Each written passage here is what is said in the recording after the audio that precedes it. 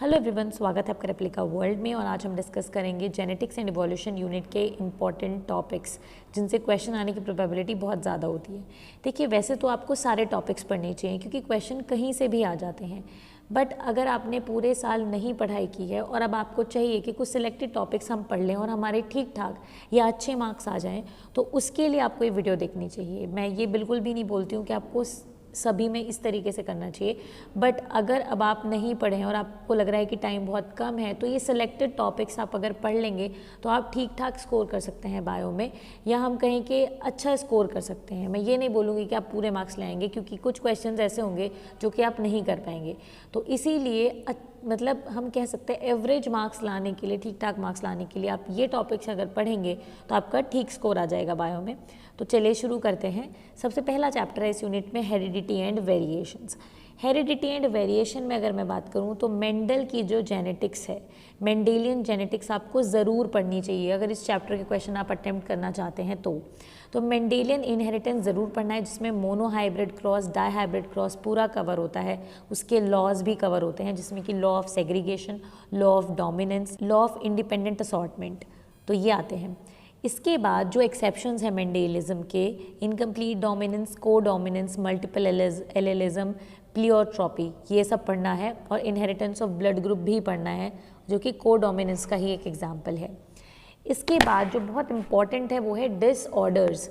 तो जितने भी डिसऑर्डर्स हैं, चाहे वो सेक्स लिंक्ड इनहेरिटेंस हो जैसे कि हीमोफीलिया, कलर ब्लाइंडनेस, थैलीसीमिया हो, या फिर क्रोमोसोमल डिसऑर्डर्स हों जैसे कि Down syndrome, Turner syndrome, Klinefelter syndrome, ये सारे पढ़ने हैं। डिसऑर्डर्स बहुत ज़्यादा इंपॉर्टेंट है। इसके साथ साथ सेक्स डिटर्मिनेशन इम्पॉर्टेंट है। सेक्स डिटर्मिनेशन से वन वर्ड के सवाल आ जाते हैं जैसे कि X0 टाइप जो सेक्स डिटर्मिनेशन होता है, XX X0 टाइप किस में होता है, ZW ZZ टाइप किस में होता है, XY वाला और XX वाला किस में होता है, इस तरीके से पूछ लिया जाता है। तो ये चीज़ें कुछ इंपॉर्टेंट हैं इसमें।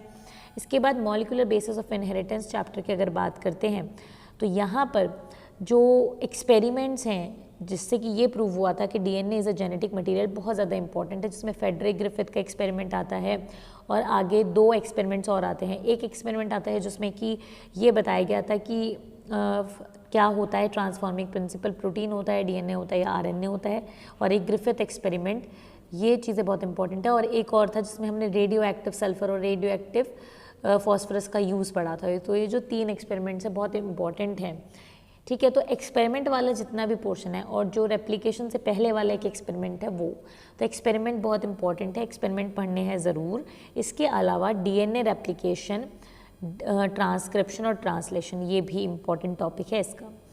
ट्रांसक्रिप्शन के बाद वाला जो एक टॉपिक है जेनेटिक कोड, वो भी बहुत इंपॉर्टेंट है, वो भी इस वाले में आपको पढ़ना है।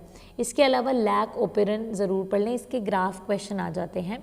और ह्यूमन जीनोम प्रोजेक्ट की छोटी छोटी चीज़ें पढ़नी है, पूरा आपको याद नहीं करना है वो, ठीक है। इसके बाद नेक्स्ट आ जाता है हमारा इवोल्यूशन। इवोल्यूशन की अगर हम बात करते हैं तो कुछ इसके इंपॉर्टेंट टॉपिक है जैसे SL मिलर का एक्सपेरिमेंट और केमिकल इवोल्यूशन की जो थ्योरी थी जो कि ओपेरन एंड हेल्डेन ने दी थी। इसके अलावा जो हमें पढ़ना है वो ओपेरन हेल्डेन की थ्योरी पढ़नी है।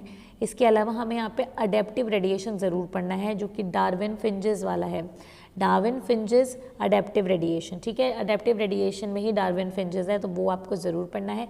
नेचुरल सिलेक्शन के टाइप ज़रूर पढ़ने हैं। इसके अलावा बहुत ज़्यादा इंपॉर्टेंट हार्डी वेनबर्ग प्रिंसिपल, इसको बिल्कुल मत छोड़िएगा, हार्डी वेनबर्ग प्रिंसिपल। इसके साथ साथ ह्यूमन इवोल्यूशन में बस आपको इतना पढ़ना है कि कौन कौन से एंसेस्टर्स थे, उनकी कितनी क्रेनियल कैपेसिटी थी, और साथ साथ में अगर उनका कोई इंपॉर्टेंट फीचर है तो, जैसे कि कुछ हमारे एंसेस्टर हैं जो कि सीधा चलते थे, पहली बार सीधा चढ़ना शुरू हुए थे, जिनको होमो इरेक्टस कहते हैं। एक ऐसे एंसेस्टर थे जो कि ज़्यादा man like, modern man like ज़्यादा लगते थे। तो कुछ इसी तरीके से हर किसी के कुछ ना कुछ इंपॉर्टेंट फीचर्स होंगे, तो वो आपको पढ़ने हैं, ठीक है। तो इस तरीके से इस यूनिट में ये इंपॉर्टेंट चीज़ें थी। अगर आप ये पढ़ेंगे तो मोस्ट ऑफ दी जो क्वेश्चंस हैं वो आप इस यूनिट के आंसर कर लेंगे। कोई एक आध क्वेश्चन ऐसा होगा जो आप आंसर नहीं कर पाएंगे इस यूनिट के, अदरवाइज इन टॉपिक से आप लगभग सारे क्वेश्चन जो हैं आंसर कर लेंगे। तो इस तरीके से इस यूनिट में आप पढ़ सकते हैं। तो आज के लिए सिर्फ इतना ही। Thank you so much.